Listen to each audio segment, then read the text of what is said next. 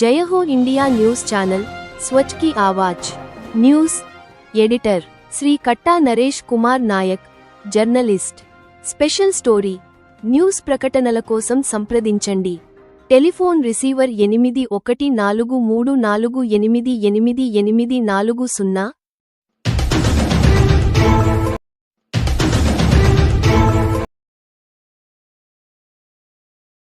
Channel తరపున సన్మాన కార్యక్రమాన్ని ఏర్పాటు చేయడం జరిగింది. జై హో India news channel CMD Ramesh Rudra గారు ఆధ్వర్యంలో మరియు మా ఎండి ఆకుల రాజేశ్వర్ సార్ ఆధ్వర్యంలో ఈ కార్యక్రమాన్ని మహిళా దినోత్సవాన్ని మన జై హో ఇండియా న్యూస్ ఛానల్ ఆధ్వర్యంలో ఘనంగా నిర్వహించడమే కాకుండా ఈ హిందూ కోడ్ బిల్లు కోసం స్త్రీల హక్కుల కోసం ఒక ఉద్యమాన్ని రూపొందించాలనే ఆశయంతో ముందుకొచ్చిన ప్రతి ఒక్కరికి ఈ సందర్భంగా శుభాభినందనలు. ఘన విజయాలతో పాటు వారి హక్కులను ఆశయ సాధనలను గౌరవిస్తూ డాక్టర్ బిఆర్ అంబేద్కర్ ప్రవేశపెట్టిన హిందూ కోడ్ బిల్లును మళ్ళీ పునర్వైభవం తీసుకురావాలనే ఒక గొప్ప సంకల్పం ఆశయంతో పనిచేస్తున్న జై హో ఇండియా న్యూస్ ఛానల్ తరఫున మేము మహిళల హక్కులను స్త్రీల హక్కులను గౌరవించే విధంగా వారితోని ఒక ఉద్యమాన్ని రూపొందించాలని మన సిఎండి రమేష్ రుద్ర సారు ఆదేశాల మేరకు ఈ కార్యక్రమాన్ని రూపొందించాము. ఈ కార్యక్రమంలో భాగంగా స్త్రీల హక్కులు వారి ఆశయాలు సాధన కోసం ఈ జై హో ఇండియా న్యూస్ ఛానల్ ఏ విధంగా పోరాటం చేస్తున్న అంశాలపైన ఇప్పుడు మనం చర్చిద్దాం. నా పేరు కట్టా నరేష్ కుమార్ నాయక్, నేను జై హో ఇండియా న్యూస్ ఛానల్ ఎడిటర్. జై హో ఇండియా న్యూస్ అవసరమో బ్యాక్ బోన్ ఉంటుందో అలా ప్రతి ఒక్క మగవాడికి కూడా ఆడది ఒక వెనుపూస లాంటిది. వెనుపూస లేదే మన బాడీ స్ట్రక్చరే ఉండదు. పక్కన నడుస్తే ఆడది ఒక మగవాడి పక్కన నడుస్తే అది జీవితం అవుతుంది. ఆడది ముందు నడిస్తే చరిత్ర నిలబడిపోతుంది. ఎగ్జాంపుల్ మనం చూసాము మేడారంలో సమ్మక్క సారలమ్మ ఇద్దరు మహిళలు, కానీ వాళ్ళు దేని గురించి పోరాడారు, వీరమరణం దేని గురించి చెందారు, పన్ను విషయంలో.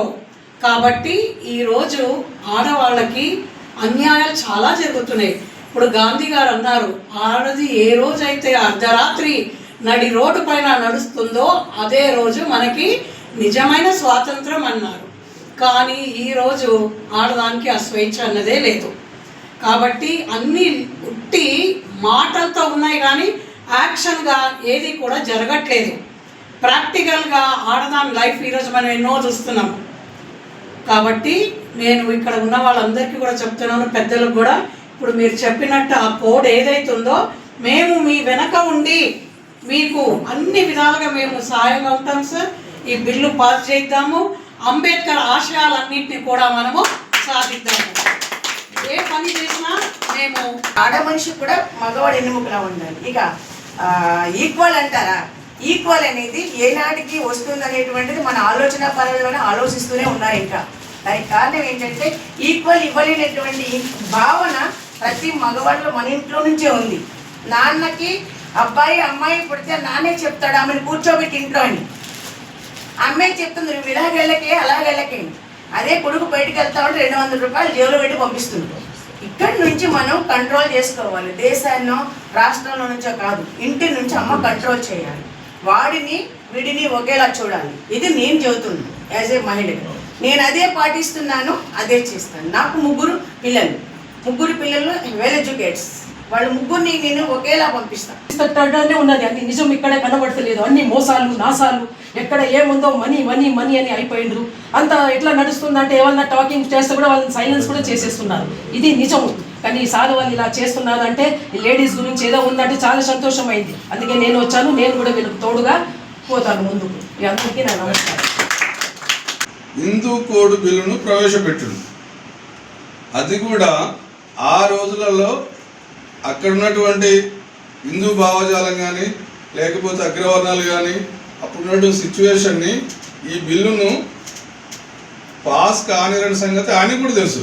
అయినా ప్రధానమంత్రి అయినటువంటి నెహ్రూ గారి అనుమతి తీసుకుని ఆయనను బతిలాడి సరే నువ్వు పెట్టాయని చూస్తా అని చెప్పినందుకు పెట్టాడు. ఆ హిందూ కోడ్ బిల్లులో ఏముందంటే మహిళలు, అందులో కులం లేదు, మతం లేదు, ఏజ్ కూడా లేదు. ఏ ఏజ్ వాళ్ళకు ఏ రకమైనటువంటి హక్కులు కల్పించాలనేది ప్రతి ఒక్కటి క్షుణ్ణంగా రాసున్నది. అప్ టు 90 years వరకు, డెత్ వరకు మహిళ కులాన్ని కూడా ఈ అంత మహిళలను తీసుకొని ప్రతి ఒక్క అంశాన్ని అంబేద్కర్ గారు ఆ హిందూ కోడ్ బిల్లులో ప్రవేశపెడితే ఆ బిల్లును చదివినటువంటి వాళ్ళు ప్రతుల పంచత చదివి మెయిన్ పాయింట్ చదివి అమ్మ ఈ బిల్లు కనుక పాస్ అయిందంటే మనకు జీవనం ఉండదనే ఉద్దేశంతో వాళ్ళు ఆ బిల్లును పాస్ చేయకుండా వేరు. ఏంటంటే ఇప్పుడు హిందూ కోడ్ బిల్ అనేది మన ఆనంద్ గారు చెప్పినారు, జయహో ఇండియా ఛానల్ కూడా ఆ పాయింట్ బేస్ మీదనే కొన్ని మహిళల కోసం ఏంటంటే అందులో అంబేద్కర్ గారు ఫస్ట్ చెప్పింది ఏంటంటే మహిళలకి సమాన హక్కు అనేది ఫస్ట్ అసలు పాయింట్ అదే. అందులో ప్రతి మహిళకు ప్రతి ఈక్వాలిటీ ప్రతిది ఏదైనా కానీ ప్రాపర్టీ కానివ్వండి ఏది కానీ వితౌట్ జెండర్ బయాస్ కంపల్సరీ సమాన హక్కు ఉండాలనేది ముఖ్యమైన కులాలు. కానీ అది కులము మతం అనేది లేదు, ఇంక్లూడింగ్ జైనులు కానివ్వండి, సిక్కులు కానివ్వండి, బుద్ధిస్టులు కానివ్వండి అందరికీ కలిపి వర్తించాలనేది దాంట్లో ముఖ్యమైన పార్ట్.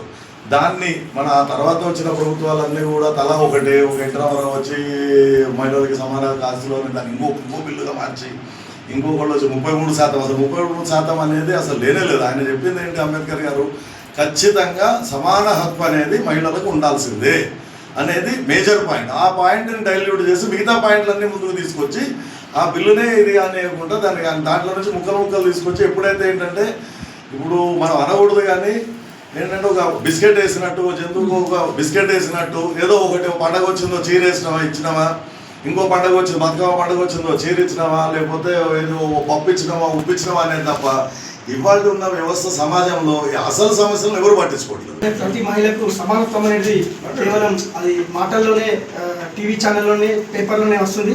నిజ జీవితంలో మహిళ ఎక్కడ వేసిన గొంగడి అక్కడ చందంగా మారింది. మన ఇంకో ఎగ్జాంపుల్ చెప్తా. ఇప్పుడు మహిళా సంఘాల పేరుతో పొదుపు సంఘాల పేరుతో చాలా మటుకు డబ్బులు వసూలు చేస్తున్నారు. ఆ డబ్బులు మేము రీసెంట్గా సమాచార హక్కు చట్టం కింద ఒక దరఖాస్తు చేస్తే ఒక బ్యాంక్లో చాలా విషయాలు నెరవేర్చాయి. అసలు మహిళలకు లోన్ ఇచ్చిన తర్వాత వాళ్ళకు డిస్బర్స్మెంట్ కానీ వాళ్ళకు యాక్సిడెంటల్ ఏమైనా అయితే ఇన్సూరెన్స్ రూపంలో వాళ్ళకు డబ్బులు అనేది రీపేమెంట్ కాకుండా ఒక యాక్ట్ ఉంటుంది. ఆ యాక్ట్ కింద కనీసం వాళ్ళకు ఇన్సూరెన్స్ కూడా చేయిస్తలేరు ప్రభుత్వ అధికారులు. మరి మహిళలకు పొదుపు చేయడం కాకుండా వారి కాళ్ళ మీద వారు స్వలంబనంగా స్వయం ఉపాధి దిశగా వెళ్ళాలా. అయితే ఒక బ్యాంక్లో దాదాపు అక్కడ ఉన్న మహిళా మేనేజర్ కూడా ఒక లోన్ కట్టాలని పరిస్థితిలో ఉన్న ఒక స్త్రీ చనిపోతే వాళ్ళ భార్య చనిపోతే భర్తకు 60 రోజుల తర్వాత వేధించి డబ్బులు వసూలు చేశారు. కానీ కనీసం ఆ మహిళకు అంత్యక్రియలకు కానీ దీనికి కానీ ఆపద్ బంధు స్కీమ్ ఉంటుంది. ఆ స్కీమ్ కింద కనీసం గవర్నమెంట్ 20,000 రూపాయలు వాళ్ళ అంత్యక్రియలు ఇవ్వవలసి ఉంటుంది. ఇట్లాంటి సంక్షేమ పథకాలు కూడా స్త్రీలకు ఇవ్వడం లేదు. కనీసం వాళ్ళకు వారి హక్కులకు వారి బాధ్యతలకు ఈ సంక్షేమ పథకాలు కానీ ఈ ప్రభుత్వాలు కానీ చెప్పడమే తప్ప ఆచరణ యోగ్యం కావడం లేదు. మరి దీనిపైన అరవింద్ సార్ అన్నట్టు మహిళలకు ఖచ్చితంగా వారి హక్కులను గుర్తు చేయాలా. వారి హక్కులను వారు తెలుసుకున్నప్పుడు నిజమైన స్వాలంబన సాధికారత అంబేద్కర్ ఆశయ సాధనకు స్త్రీల కోసం ఉద్యమాన్ని హిందూ కోడ్ బిల్లు సాధించాలి. Hindu code bill Hindu code bill Hindu code bill doctor Ambedkar ఆశయాలను హిందూ కోడ్ బిల్లు అమలుకై అందరం పోరాటం చేద్దాం.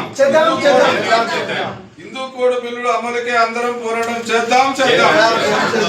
భారతదేశంలో హిందూ మహిళలకు సమాన హక్కులు, సామాజిక న్యాయం కల్పించడం కోసం డాక్టర్ బిఆర్ అంబేద్కర్ చేసిన అత్యంత చారిత్రాత్మకమైన కృషి Hindu code bill.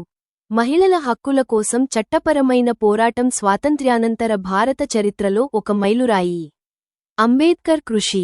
Hindu code bill ముఖ్య ఉద్దేశాలు 1947 నుండి 1951 సమాన ఆస్తి హక్కు, తండ్రి ఆస్తిలో కూతుళ్లకు, భర్త ఆస్తిలో భార్యకు కుమారులతో సమానంగా హక్కు కల్పించడం. విడాకుల హక్కు. అంతకుముందు హిందూ చట్టంలో విడాకులకు అవకాశం ఉండేది కాదు. అంబేద్కర్ దీనిని వ్యతిరేకిస్తూ భార్యాభర్తల మధ్య సఖ్యత లేకపోతే విడాకులు తీసుకునే హక్కు మహిళలకు ఉండాలని ప్రతిపాదించారు. ఏకపత్నీవ్రతం. పురుషులు బహుభార్యాత్వం చేసుకోవడాన్ని నిషేధించి ఏకపత్నీవ్రతాన్ని చట్టబద్ధం చేయడం. దత్తత హక్కు. మహిళలకు కూడా పిల్లలను దత్తత తీసుకునే హక్కును కల్పించడం. కులరహిత వివాహాలు, కులాంతర వివాహాలను ప్రోత్సహించడం మరియు వాటికి చట్టబద్ధత కల్పించడం. అంబేద్కర్ అభిప్రాయం: ఒక సమాజం ఎంత ప్రగతి సాధించిందో ఆ సమాజంలోని మహిళల ప్రగతిని బట్టి నేను అంచనా వేస్తాను. I measure the progress of a community by the degree of progress which women have achieved అని అంబేద్కర్ పేర్కొన్నారు. ఆశయ సాధన కోసం పోరాటం చేయటానికి జయహో ఇండియా న్యూస్ మీ ముందుకు వస్తుంది. స్వచ్ఛ్ కీ ఆవాజ్, జయహో ఇండియా న్యూస్.